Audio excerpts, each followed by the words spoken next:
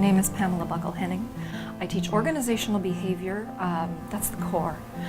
Most of the courses that I teach focus on that or are related to that. I do also, however, teach managerial styles and human resources classes as well.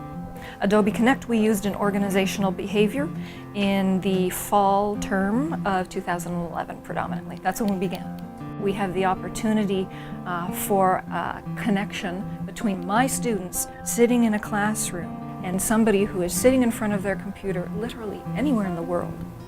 My students had the pleasure of listening to somebody from Austria speaking about an initiative he is creating to get business people together with entrepreneurs, together with artists and philosophers, and spend time thinking about how we can rewrite how industry works, how the economy can work. So that was really fantastic for the students to hear a European perspective. What's exciting for me is we can record the session. We have that as an archive, so over time we can add to the teaching resources available to us. We got the opportunity to speak with a researcher and former lawyer whose law work involved working in corporations that were engaged in mergers and acquisitions. And this gentleman has some fantastic first-hand insights and war stories about what goes on in the mind of those decision makers, what criteria do they use and value when deciding to make major business decisions. There's just so much great, exciting expertise there, interesting things happening, interesting characters and personalities in the world of business doing neat things. And I want my students exposed to them all. The students we have at Adelphi, of course, are young adults.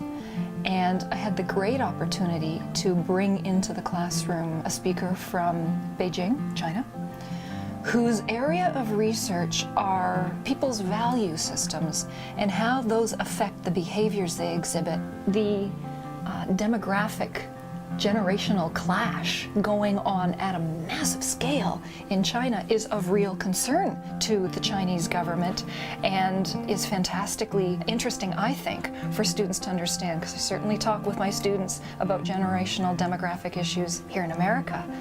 The technology is so readily amenable to bringing people in any discipline into our Adelphi classrooms that we're kind of bringing the world to Adelphi. I'm hoping these experiences are starting to build a sense of fluency and really understanding in the students that this is a very big world and Adelphi is a small part of it, but they can learn and forge connections with people anywhere.